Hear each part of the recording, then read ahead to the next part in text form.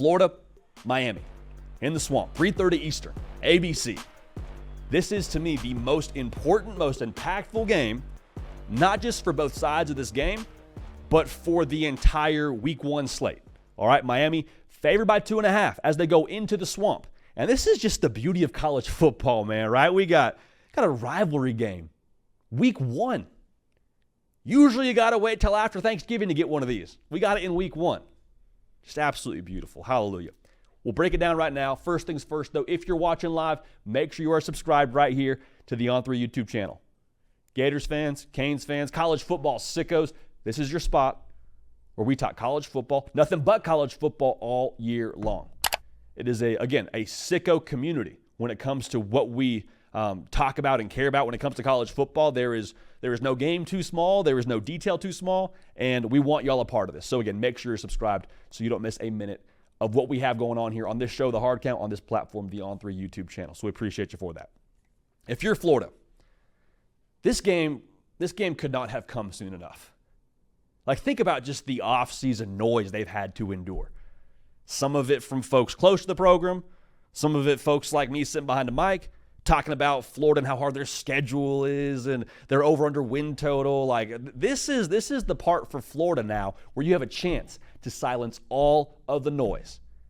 Because everyone and their mama has had an opinion on Billy Napier, on the Gators, on Graham Mertz, and guess what? When you kick it off in the Swamp, that matters 0%. 0%. When you actually line up, play 11-11 football, the schedule goes out the window, the talking points go out the window, and it is mano-a-mano. Who is the better team on that Saturday? Also, just so we're on the same page, this is a chance now for Florida to, I think, create some really positive inertia, create some confidence. And you look at their November schedule, which we'll do at some point later down the line, but you just look at who they have at the end of this season. If you win this game, you look at that totally differently. All right? So, massive opportunity for Florida. Silence all the noise. They have been starving for this game. Starving for it. They're going to get it here on Saturday. For Miami, this is not by any stretch of the imagination, a less impactful matchup for them. Mario Cristobal, much like Billy Napier, going into a third year. The third year for us here on this show, we call it a show me year. And Mario Cristobal now has built to have a good season this year, to put it simply. Like the first year, kind of trying to get your footing and get your roster right. Second year, you make some progress. Go from 5-7 to 7-5. And then this year, this is where you pop. Okay? And the big part of why you believe you can pop, because you got a quarterback in Cam Ward.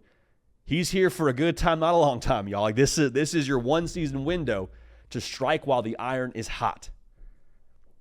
If you are going to be who you believe you are, this is one of those games that you punch in and get a dub for. So we'll see if that ends up happening. But if they're able to win this game, it would start their season off with a bang. This would be like the starting gun, if you will, to what they expect to accomplish in 2024. So when it comes to matchups in this game, like one of my big questions is how much do you ask of Graham Mertz if you're Florida against this Miami defense? And that's much more a question to me around how much you can create balance if you're Florida, and not so much of is Graham Mertz capable in this game. Because I think for Florida now, like we don't know exactly what that running back room is going to look like in terms of who's available just yet. I'm sure more information will come out throughout the week. Maybe it'll come out at game time. I don't know. The question is, can you get a push offensively if you're Florida? Can you be multiple offensively? Because if you can, much like we talk about with a lot of these breakdowns, that's going to open up a lot of whatever else you want on this offense. And so I think the guy to really circle here is Trey Wilson. If you follow me on social media, I put out a short about this last night on Instagram and on Twitter. I think he is the key to this offense. He's the key to this offense. However, he gets a lot more space to work with if that outside linebacker has to fold down a little bit more to help play the run. Okay, if they're able to get something going. If you're able to set up, 3rd and 4, a lot more of the playbook is open as opposed to 3rd and 8. So getting a push up front against this Miami front is going to be, I think, a more difficult task than it would have been a few months ago. Simeon Barrow now up front for them. Tyler Barron up front for them. Ruben Bain up front. This is a real deal, I believe, Mario Cristobal kind of front seven. How does that look on the road in this spot with the entire Swamp at the back of the Florida offense? Remains to be seen. But getting a push for Florida, again, creates a lot of what you would ask Graham Mertz to then do. All right? So in that same way, we talk about the Swamp. That's a major variable in this game for obvious reasons. I think it is one of the most, if not the most difficult place to play in all of college football. How much is Cam Ward impacted by the Swamp? Because Cam Ward, now we've heard a lot about what he brings to the table physically, and that's the obvious part. Like what he did at Washington State now, we can all go YouTube Cam Ward highlights and see him just absolutely throwing missiles around the field. 7.7 yards an attempt. We can go and see that with our own eyes. However, in this game, though, being in the Swamp, there's a little bit of that it factor you have to have. And the other part of this, too, you don't get Florida when you get them in October and you've had a few games to kind of get settled in. Like, this is your first start at Miami. First start with a lot of new teammates. How do you respond just emotionally, competitively, internally? Sort of an unquantifiable to a degree. But if he goes out there and has zero fear and has zero flinch in him, as your quarterback goes, I promise you that's how the rest of your team goes. If Cam Ward walks out there and he's not worried about a thing and he's just out there dealing and he's balling, like that raises everyone else's confidence level to a whole new tier, if you will. And that's what it would take to beat a team like Florida, I believe, in the Swamp. Because if he goes out there and it's looking like it's his first start, it looks like the first day of school jitters, if you will. It's going to make for some turnovers. Tell you what, too, the Swamp, they're going to smell blood in the water. They're going to start to frenzy. It's going to be a bad deal. Okay, you do not want that to be the case if you're Miami. You cannot have a slow start. We've said that many times. I think that's 1,000% still true as we make this prediction on this game. A slow start will only compound the efficacy of what the Swamp is. Efficacy, a new word to the show, but basically it means how impactful it is. So, to help Cam Ward out, much like we talked about the push for Florida, there's got to be a push for Miami. And they went out and got themselves a back in the transfer portal, who I think a lot of Miami fans know about, but I'm not sure the rest of college football knows about quite as much because he played at Oregon State. But Damian Martinez, man, he runs behind his pads. He gets north and south. He was a 2,000-yard back in his 2 years at Oregon State. He is going to carry the mail for them. He's going to set the tone for them offensively. You want to settle in your starting quarterback?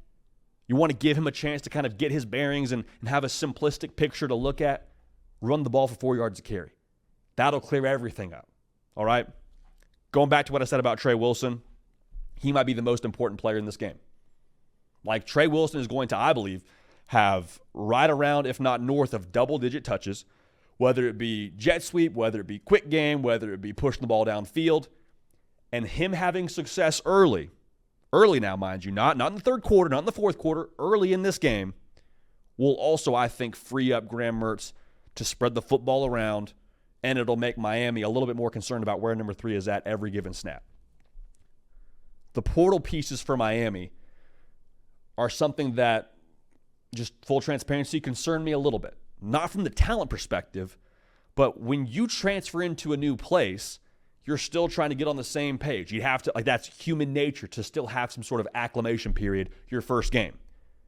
You don't play Yale the first game. You play Florida at their place. So it's going to take a second to get on the same page. Double-digit portal pieces added for Miami. That concerns me, like I just mentioned. So I think the path for Miami to win this game, if it were to happen, or a path that I could see for Miami to win this game. We said the same thing about Anthony Richardson a couple of years ago when Utah came to Florida. It's the same way I feel about Cam Ward with how much talent he has. There's a real possibility he is just him on this day. There's a real possibility that Florida has momentum and the Swamp's on fire and the offense for Florida's firing on all cylinders, and Cam Ward just shrugs it off, goes for 3 touchdowns, runs for 1 more, takes care of the football, and like that's kind of all she wrote. Even if every other statistic from a time of possession to a yards rushing favors Florida, Cam Ward, I believe, is talented enough to overcome all of that. That is very, very possible. So when it comes to my pick in this game, man, if this game was played on Saturn, I would pick Miami. If this game was played in Atlanta, Georgia, I'd pick Miami. If this game was played anywhere but Gainesville, Florida, I would pick Miami. However, the game is played in the Swamp. The game is played in Gainesville. And I think all of the external noise that Florida's had to deal with to this point in the season, to get to this point, to start the season. I think they've just sort of been filing that away, going to use it as fuel, going to use it as motivation.